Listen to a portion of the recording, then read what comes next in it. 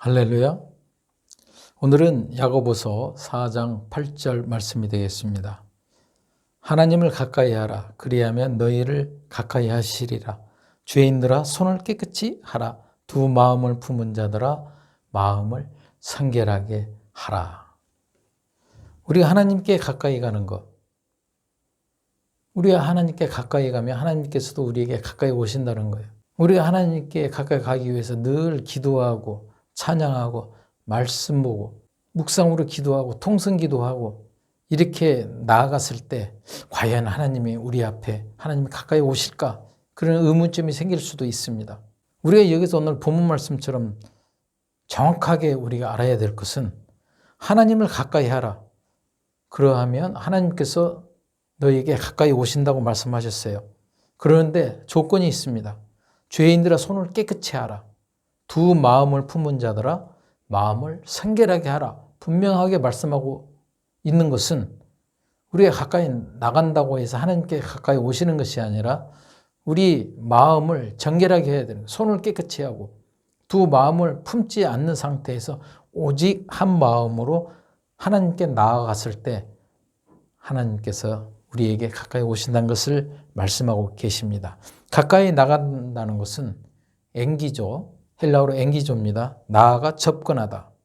이 예배의 참여와 하나님께 가까이 하는 헌신적인 태도가 있어야만이 하나님께서 우리에게 가까이 오신다는 거예요. 가까이 오신다는 것은 우리가 기도의 응답도 빨리 올 수 있다는 것을 의미하고 있습니다. 히브리서 10장 25절에 보면 모이기를 패하는 어떤 사람들의 습관과 같이 하지 말고 오직 권하여 그날에 가까움을 볼수록 더욱 그리하자. 아니 요즘 SNS도 잘 돼 있고 인터넷도 잘 돼 있는데 우리가 필히 거기 가야 되나? 아니면 꼭 교회에 나가서 예배를 드려야 하나? 이런 반문을 할 수가 있습니다. 하지만 성경에서는 모이기를 패하는 어떤 사람들의 습관 같이 하지 말라고 말씀하셨습니다. 그러면 어떤 의미인가요? 좋지 않는 마음으로 꼭 그래야 되느냐? 이런 사람들끼리 모여있는 그런 사고방식을 갖지 말라는 뜻이 되겠습니다. 그럼 어떻게 해야 되나? 우리가 가까이 갔을 때 하나님이 가까이 오신다는 것, 이 믿음으로 나갔을 때만 하나님께서 가까이 오신다는 것을 의미하고 있습니다. 히브리서 7장 19절에 보면 율법은 아무것도 온전하게 못한다고 했습니다. 이에 더 좋은 소망이 생기니 이것은 우리가 하나님께 가까이 가느니라. 율법은 우리가 각 교회에서 보면 율법이 많이 있습니다. 각 교회마다 섬기는 그 교회에 정해놓은 틀이 있어요. 그렇지 않습니까? 그 틀이 있는데 그 틀을 고집하는 교회들이 있다는 거예요. 아, 이래서는 안 돼, 저래서는 안 돼. 물론 교회 운영 방침에 있어서 중요한 것도 있죠. 의미가 있지만 무엇보다 하나님의 성전은 하나님의 거룩한 성전에서는 굳이 율법을 나타나야 되지 않는다는 것을 말씀하고 있습니다. 예수님께서도 바리새인들과 사두개인들에게 겉은 깨끗해 보이지만 속이 더럽다고 탐욕과 더러움으로 가득 찼다고 했을 때 독사 새끼들이라고 말씀하셨어요. 또 하나님의 성전에서 많은 사람들이 그 거룩한 성전에서 장사꾼의 소굴처럼 됐을 때 그때 또 말씀하셨어요. 율법을 강조하지 않았습니다. 온전하기 위해서. 그래서 우리가 율법은 아무것도 온전하게 못한다고 했어요. 더 완전하게 한다는 뜻이 있겠지만 우리가 율법을 내세우면서 하나님께 가까이 가지 못하게 하는 것도 문제라는 것입니다. 그럼 우리가 어떻게 가까이 갔느냐? 하나님께 늘 율법을 내세우지 아니한 하나님의 예수님이 이 땅에 오신 그 사명, 예수의 생명이 있잖아요. 예수의 생명, 자기 몸을 헌신해서 나갔던 그런 마음으로 나가야 우리가 하나님께 가까이 갈 수가 있고 또 하나님께서 우리에게 가까이 오신다는 것을 꼭 말씀드리고 싶습니다. 하나님께 우리가 가까이 가는 것, 영어로는 드로니어라고 말씀하시잖아요. 히브리어는 나가시예요. 가까이 끌어당기다. 헬라어는 앵기죠. 접근하다. come near. 오늘 본문 말씀에 보시면 죄인들아 손을 깨끗이 하라 이렇게 말씀하셨어요. 이 죄인은 꼭 우리가 살인만 하고 강도질하고 이런 죄인이 아니라 하나님께서 말씀하시는 이 성경에 말씀하시는 이 죄인, 이 하마르톨로스예요. 마치지 못하는, 놓쳤다는 거예요. 하나님께서 말씀하신 것을 놓쳐버렸다. 이게 죄인이라는 거예요. 그러니까 정신적이나 영적 생활 영역, 이 열등의 부족과 불충분한 교육, 도덕적인 결정, 이런 걸 실수로 나타내는 거. 이게 하마르톨로스라는 거예요. 이게 죄인이라는 거예요. 꼭 하나님을 믿고 안 믿고 이걸 떠나서 하나님을 믿는 사람일지라도 하나님의 말씀을 놓쳐버린 거예요. 맞추지 못하고 놓쳐버린 거예요. 실수하는 거예요. 이게 죄인이라는 거예요. 열등하거나 실패한 사람, 도덕적으로 사는 사람들, 교만한 자, 어리석은 자, 조롱하는 자, 거짓말하는 자, 악을 행하는 자, 하나님 앞에 악을 행하는 자, 이런 사람들이 죄인이라는 거예요. 잠언 24장 19절에 보면 너는 행악자들로 말미암아 분을 품지 말며 악인의 형통함을 부러워하지 말라. 아멘. 행악자가 뭔가요? 헬라어로 라샤. 하나님께 죄를 범한 것, 거짓말하고 선한 사람들을 옳지 않다고 하는 것. 지혜로운 사람은 이 행악자들이 옳지 않다고 떠들고 말을 할지라도 지혜로운 사람들은 같이 반문해서 같이 싸우지 않는다는 거예요. 선한 사람들이 옳지 않고 나쁘다고 이야기했을 때도 굳이 그걸 따지거나 논평해서는 안 된다는 거예요. 이 행악자들이 보면 사실 이 사회성과 우호성이 뛰어납니다. 그렇지만 그런 사람들을 부러워하거나 질투하거나 성내지 말라고 성경에서는 말하고 있어요. 이 부러움, 오늘 본문 말씀에 보면 두 마음을 품은 자들, 또 죄인들의 손, 이게 나오잖아요. 하나님을 안 믿는 사람들이 권력을 행사하며 또 부호가들이 많아요. 돈 많은 사람들이 많다는 거죠. 그걸 부러워하지 말라는 거예요. 부러워하지 말라. 이 부러움이라는 것은 헬라어로 하라인데 성내거나 노하지 말라 이렇게 말씀하고 있어요. 시편 37편 1절에 보면 악을 행하는 자들 때문에 불평하지 말며 불의를 행하는 자들을 시기하지 말지어라. 시기하지 말라는 거예요. 하나님께서는 사람의 행동과 행실, 이 태도와 의도를 어떻게 하고 있어요? 관찰하고 계신다는 걸 잊지 말아야 됩니다. 늘 우리를 보고 계신다는 거예요. 우리가 화를 쏠 때 관역을 향해서 쏘지만 그런 것처럼 하나님께서 보고 있다는 사실을 우리는 두려워해야 돼요. 그러면 우리 행동을 어떻게 해요? 불의한 행동을 할 수 없다는 것을 의미하고 있다는 것입니다. 시편 37편 28편에 여호와께서 정의를 사랑하시고 그의 성도를 버리지 아니하심이로다. 그들은 영원히 보호를 받으나 악인의 자손은 끊어지리로다. 악인의 행동들, 행악자들, 하나님을 믿지 않고 또 하나님을 믿어도 바른 길로 가지 않는 사람들, 이게 행악자라고 그랬죠. 이들을 어떻게 해요? 이들은 더 이 사회성이라든가 우호성 이런 게 더 뛰어나서 더 살아가는데 많은 사람들을 이끌고 다닐 수 있다는 거예요. 근데 그걸 부러워하지 말라는 거예요. 하나님께서는 정의를 사랑하시고 행악자들을 멀리 하신다고 그랬어요. 또 그 자손들도 끊어지게 하신다고 그랬어요. 오늘 본문 말씀에 보면 죄인들아 손을 깨끗이 하라. 하나님의 손이 나와요. 하나님 손이 거룩하고 천지 창조하신 분이잖아요. 그럼 우리 손도 어떻게 해요? 깨끗하게 해야 된다는 거예요. 근데 하나님을 믿지 않는 사람들은 이사철 때 봄이나 가을에 보면 참 손 없는 날을 골라가지고 이사를 한다고 이런 말이 들리곤 하죠. 이게 다 성경에서 나온 말이에요. 어떻게 흘려 들어갔는지는 모르겠지만 하나님의 손을 그들은 하나님을 믿지 않으면서 손 없는 날을 골라서 운이 좋은 날을 선택해서 이사를 한다고 그래요. 그렇지만 성경에 하나님 여호와의 손이 나옵니다. 손. 하나님의 손은 건쇠와 자비하심과 정의로우심과 엄중하심과 또 긍휼하심, 능력의 손처럼 우리의 손도 깨끗이 하라는 것이에요. 손이라는 것은 헬라어로 케이르, 명사죠, 명사.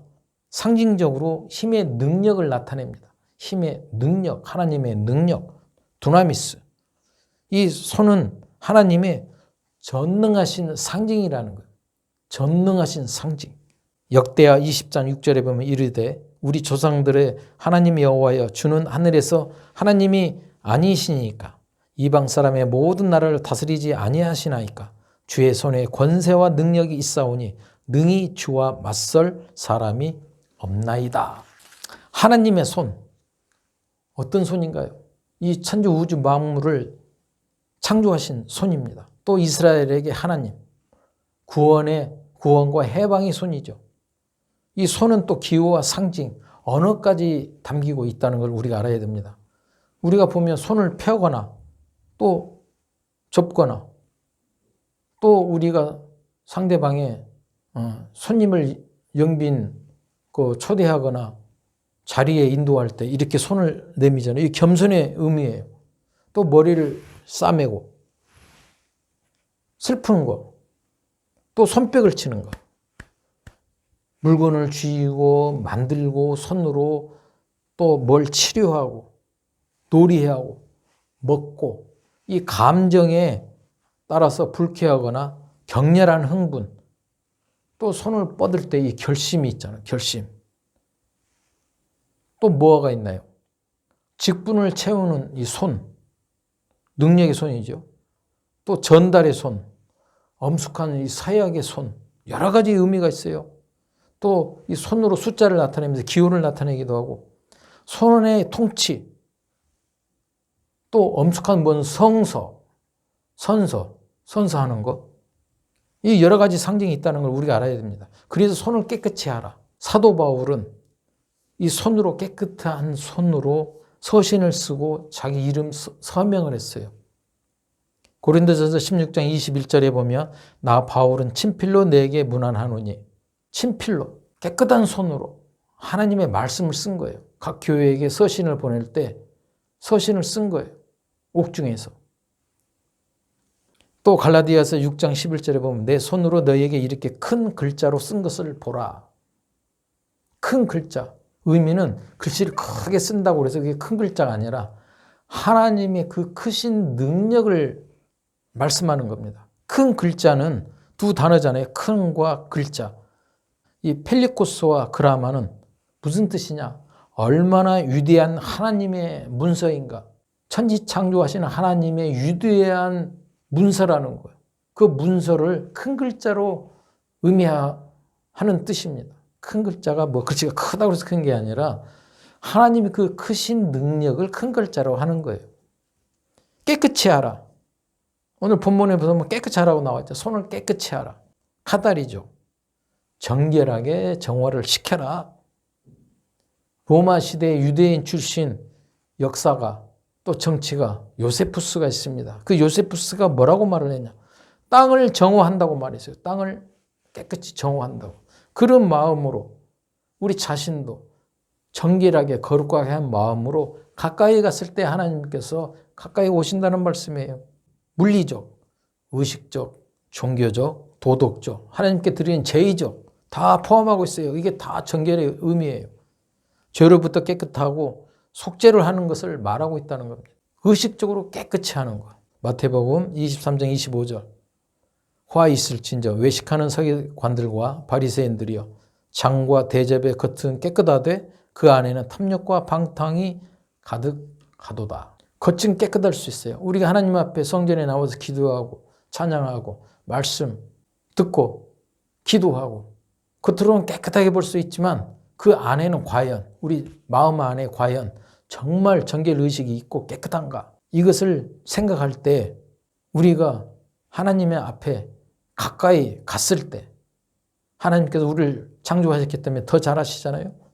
우리를 보고 계실 때 과연 깨끗하구나. 그때 가까이 오신다는 거예요. 가까이 오신다는 건 우리가 모든 기도를 했을 때 응답이 빨리 온다는 거예요. 응답이 빨리 와요. 그렇지만 거룩하지 않는 상태에서 속에 가득한 탐욕과 방탕이 있는데 가까이 간다고 해서 하나님께서 오시나요? 오시지 않는다는 거예요. 그러면 응답이 늦는 거예요. 응답이. 예수님께서 예루살렘을 가실 때 사마리아 땅과 이 갈릴리 지방으로 지나가야 예루살렘을 갈 수가 있습니다. 그때 나병 환자들이 있었습니다. 10명의 나병 환자들이 예수님을 멀리서 보시고 소리 질렀어요. 예수님을 보고 우리를 불쌍히 여기소서. 예수님 우리를 불쌍히 여기소서. 예수님을 보시니까 나병 환자들이잖아요. 그들은 우리를 불쌍히 여기시고 고쳐주십시오. 이렇게 말씀한 거예요. 그랬더니 예수님이 뭐라고 말씀하셨나요? 너희 몸을 깨끗이 보이라 했을 때 겉으로만 낫으면 이제 우리가 정상인처럼 살고 있어. 그게 아니라 정말로 네가 낫고자 하거든 하나님을 믿으라는 거예요. 정말 하나님께 가까이 나올 수 있는 마음으로 나와야 너희들이 깨끗이 나음을 받을 수 있다. 이걸 내포하고 있어요. 어떻게 됐나요? 너희 몸을 보이라 이렇게 말씀하실 때 그들은 나음을 받게 됐어요. 다 고침받은 거죠. 만약 여기서 의심을 하거나 불안을 느낀다면 기적은 절대 일어나지 않습니다. 이 두 마음을 품은 자, 의심하는 거예요. 우리가 기도하고 하나님께 무슨 기도회다 또 부흥 집회다 할 때 기도하면서 기도는 우리가 잘합니다. 그렇지만 정결한 마음으로 해야지. 두 마음을 품고 혹시 될까 이루어질까 의심한다는 거예요. 그러면 응답이 어떻게 돼요? 금방 오질 않습니다. 1년이 걸릴지 5년이 걸릴지 10년이 걸릴지 우리가 알 수가 없다는 거예요. 늦게 응답이 온다는 거예요. 우리가 음식을 먹을 때 그 음식이 깨끗해야 먹지. 그 음식이 지저분하고 깨끗하게 보지 않으면 그거 먹을 수가 없잖아요. 우리가 손을 깨끗이 씻고 음식을 먹어야 먹을 수 있다는 거예요. 또 어떤 장소에 갈 때 옷을 깨끗이 단정하게 입어야 우리가 갈 수가 있잖아요. 지저분한 상태로 어디 외출을 하면 사람들이 우리를 피합니다. 그런 것처럼 우리가 하나님께 기도할 때는 정결한 마음으로 기도를 해야만이 하나님께서 우리에게 가까이 오신다는 걸 꼭 말씀하고 있다는 것입니다. 두 마음을 품은 자도 마찬가지예요. 망설이고 의심하고 불확실한 것을 갖고 있는 거예요. 이 마음속으로 혹시 의심하는 거. 이게 두 마음을 품은 자입니다. 누가복음 17장 14절에 보면 보시고 이르시되 가서 제사장들에게 너의 몸을 보이라 하셨더니 그들이 나아가 깨끗함을 받는지라. 나병 환자들이 이미 마을에서 성읍에서 쫓겨나서 따로 모여서 살고 있는 거예요. 병이 옮을까 봐. 그런데 예수님이 고쳐주셨잖아요. 그러면 이 몸을 나섰다고 해서 그냥 마을에 들어가면 어떻게 되겠어요? 난리가 날 거 아닙니까? 그러니까 먼저 제사장에 가서 그 마을에 책임자 있는 사람들에게 가서 그 몸을 보이고 정말로 나섰구나. 그렇게 하는 겁니다. 모든 것을 깨끗이 하고 나가야 된다는 거예요. 옷도 깨끗이 입고 이제 내과 가서나 물로 몸을 단정히 씻고 옷도 깨끗하게 입고 그 마을로 들어가는 거예요. 이제 우리가 나음을 받았다. 예수님께서 우리를 치료해 주셨다. 이런 마음으로 들어가야 된다는 거예요. 그러면 우리가 이런 것처럼 우리가 하나님께 가까이 나가서 할 때는 집에서 기도할 때나 또 사업장이나 직장에서 일할 때도 마음속으로 기도하는 거예요. 이 기도하는 자세가 깨끗해야 된다는 거예요. 세상 일도 두 마음을 가지고 나가면 목표가 어떻게 해요? 갈팡질팡 이루어지지 않습니다. 야고보서 1장 8절에 보면 두 마음을 품어 모든 일에 정함이 없는 자로다. 이 일에 정함이 없다는 거예요. 열심히 가고자 하는 길을 목표를 두고 하지만 정함이 없다. 이루어지지 않는다는 거예요. 이 일이라는 것은 호도스입니다. 호도스. 근데 뭐 만들고 이런 게 일이 아니라 이 성경에서 말하는 일이라는 것은 걸어 다니는 길이에요. 걸어 다니는 길. 이게 웨이. 큰 대로 길을 걸어가는 거. 뭐 하이웨이, 고속도로처럼 하이웨이, 생활 방식, 웨이 오브 라이프. 우리가 모두 하고 있는 이 모든 길이라는 거예요. 길이라는 것은 일이라는 건데 이 일이 막 이렇게 하는 게 아니라 우리가 걸어가는 길을 의미하고 있다는, 걸어가는 길. 근데 정함이 없다는 거. 정함이 없다고 그랬어요. 두 마음을 품은 자들에게는 정함이 없다. 일이 정함이 없다. 이 정함이 없다는 것은 아카타르타투스예요. 이 불안정하고 변덕스럽다는 거예요. 변덕스럽다. 그럼 어떻게 해야 되나? 성결하게 해라. 성결하면 정함이 있는다는 거예요. 성결하게 하라는 하그니조인데요. 언어가 하그니조도. 순결하게 하다, 거룩하게 하다. 너희 마음을 순결하게 하고 거룩하게 하고 그런 마음가짐으로 하나님 앞에 가까이 나갈 때, 기도하며 나갈 때 응답이 빨리 온다는 거예요. 왜? 하나님께서 가까이 오시겠다는 거예요. 그래서 우리가 하나님에 대한 헌신적 믿음을 보여서 가까이 가는 거. 이게 굉장히 중요합니다. 헌신적인 믿음으로 가까이 가는 거. 그랬을 때 하나님께서 우리에게 가까이 오신다는 거. 예수님께서 우리 죄를 사하해 주셨잖아요. 십자가에 못 박혀서 피를 흘리셨어요. 그리고 3일 만에 부활하셨습니다. 이걸 믿고 인정하는 거. 그 피는 무엇인가요? 그 피의 대가.